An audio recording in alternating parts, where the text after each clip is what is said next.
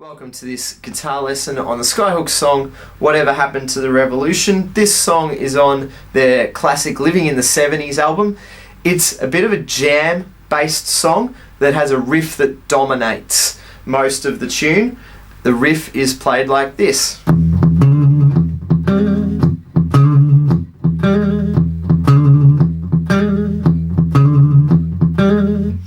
So what I'm doing there is a guitar technique called a trill. And it's achieved by picking the string just once and then doing a technique known as hammer-on, where you hit a string and then hammer down a second note with another finger before you pick again. So I hammer on, and then that is being immediately followed by pulling off the string, which we have two fingers set up for that, and we do a bit of just a slight flick off the string to make sure that both notes are going to be heard evenly. If we don't give it just that little flick down, you lose volume. But we're combining a hammer-on and a pull-off at the same time. I recommend, if you haven't played this technique much, do it a little faster than you're actually comfortable with, to get the force that's required to get even sounds out of all the notes.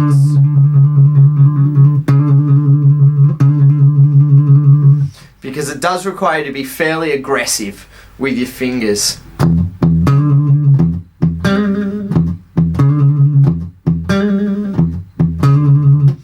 I'm hitting the open 6th string twice before performing this trill, which is made up of really fast hammer-on and pull-offs. On the 5th string, fret 4 and then fret 5.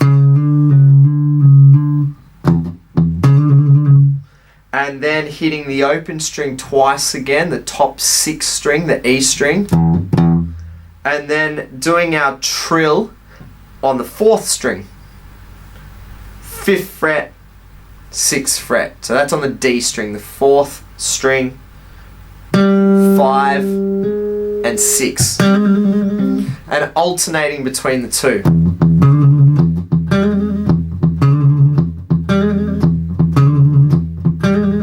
Just before they go into the verse, there's a little riff that leads you into that. So the notes there, open 6th string, followed by 7th fret on the next string down, another open string followed by 5th fret on the next string down, 5th string, and then finishing with open, then 4th fret of the 5th string, the A string. So that was open 7, open 5, open 4. And it's quite fast, so you will need to pick up and down.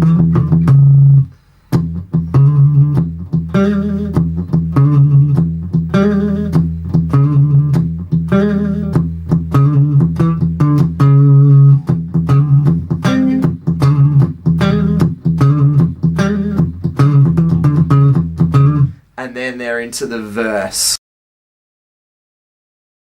For the end of the verse, they add a couple more trills. So we still have the 4 and 5 trill, 5th string, the 5 and 6 trill, down string, 4th string. We're now going to go to 3rd string, 3rd fret, so 3 and 4 on the G string, the 3rd string,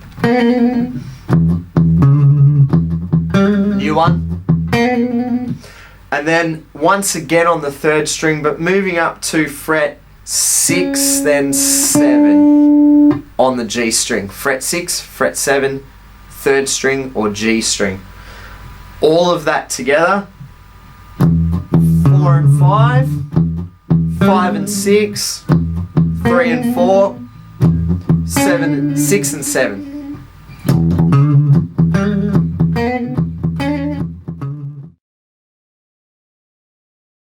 The chorus. We've got a series of nice, lush minor chords that are a minor 7. To play a minor 7, grab a minor bar chord, 6-string minor bar chord. If you haven't learnt your bar chords yet, come and book in for guitar lessons. Eastern Suburbs School of Music. Look us up on the net, www.essm.net.au. We're based in Baronia and Carrum Downs in Melbourne, Victoria, Australia. The F sharp minor bar chord is what I'm holding at the moment. Barring finger, 2nd fret going across all 6 strings. And then putting the minor bar chord shape in front of that. These 2 fingers are at 4th fret, string 5, string 4. So that's your standard minor bar chord. To make it minor 7, lift your pinky off. So the sound difference, straight out F sharp minor, minor 7. Very subtle difference, but very important. We're going to use this chord shape at 2 positions. Right up at 9th fret, and then back to that 2nd fret.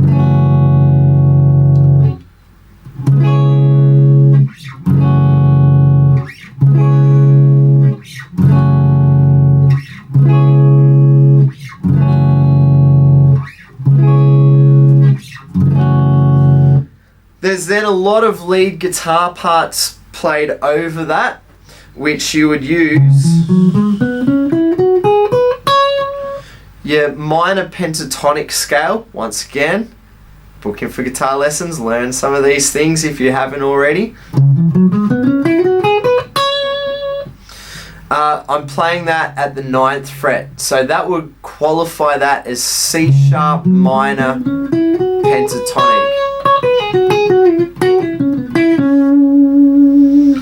And that's just casually soloed over the top of those chords that I'm playing. C sharp minor 7, F sharp minor 7.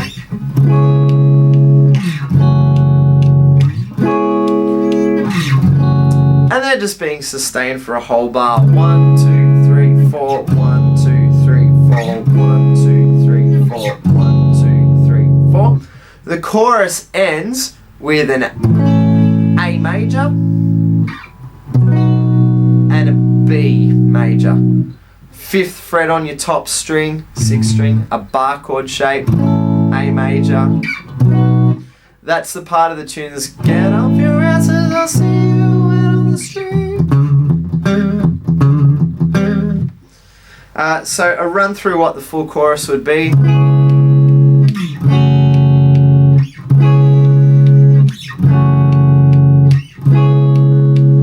And then your A and B. A, 2, 3, 4, B, 2, 3, riff.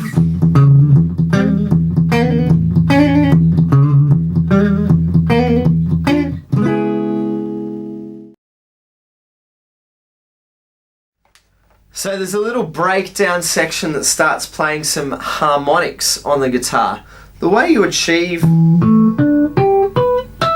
the sound of a harmonic is not by pressing down onto the guitar neck, but just lightly holding your finger over the string. I'm using fret 12 as the example at the moment, and instead of being between the frets like you would when you're pushing down creating a note, with the harmonic you want to be directly over the top of the metal fret. The strongest positions on a string where you'll find these harmonics are across 12th fret, 7th fret, And then 5th fret starts to get a little bit harder to create, but just find the spot on the string and be very light with your touch.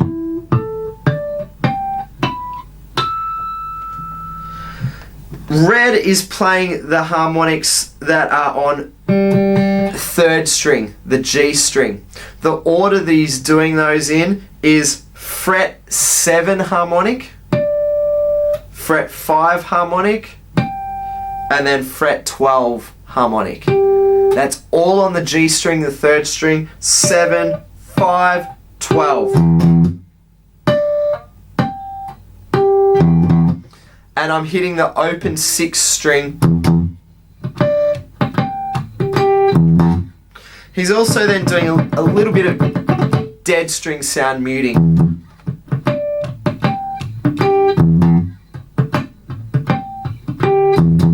But most important that first of all you're getting those harmonics 7, 5, 12.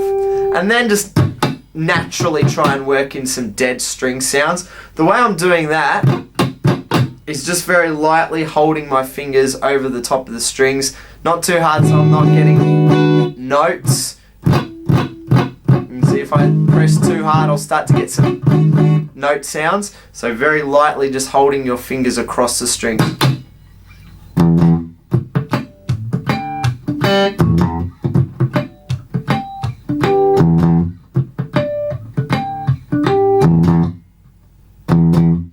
And that heads into the breakdown section.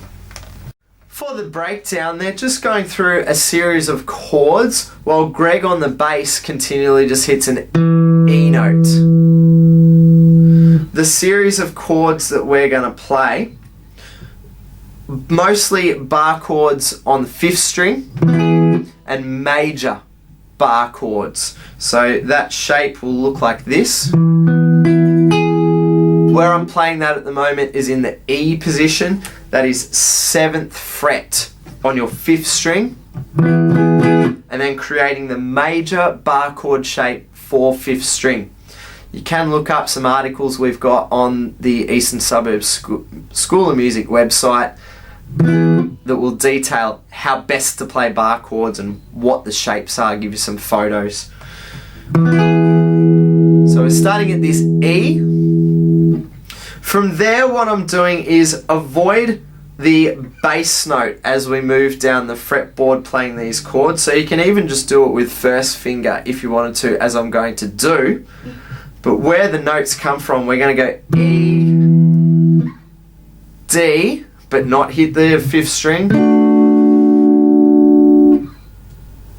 C,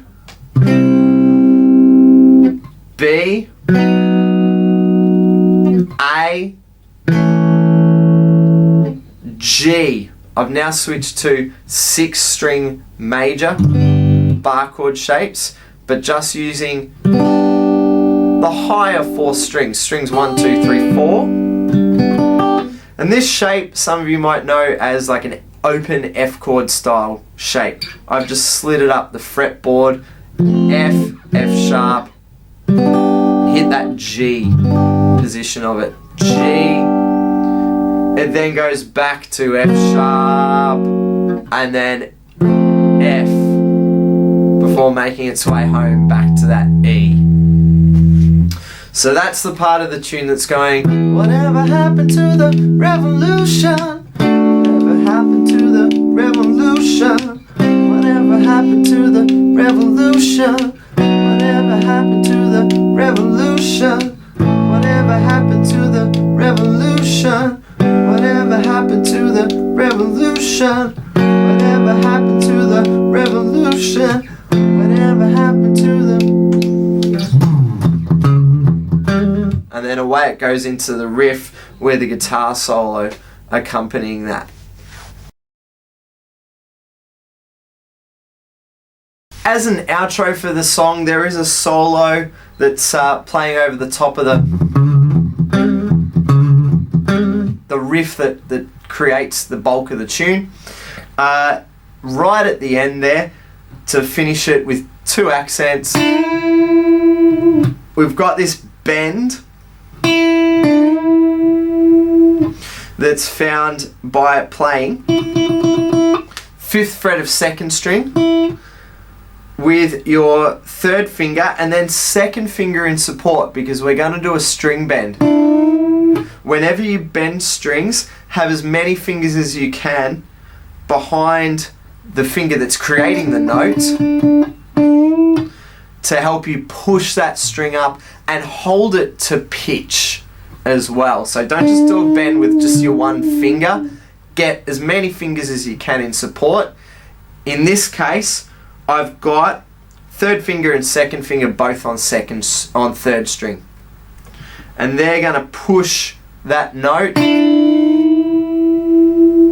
until it's finding the same pitch as the note that I'm holding in 1st finger. And then it finishes with a big slamming open 6th string. 1, 2, 3, 4. And that's the rhythm parts to this tune.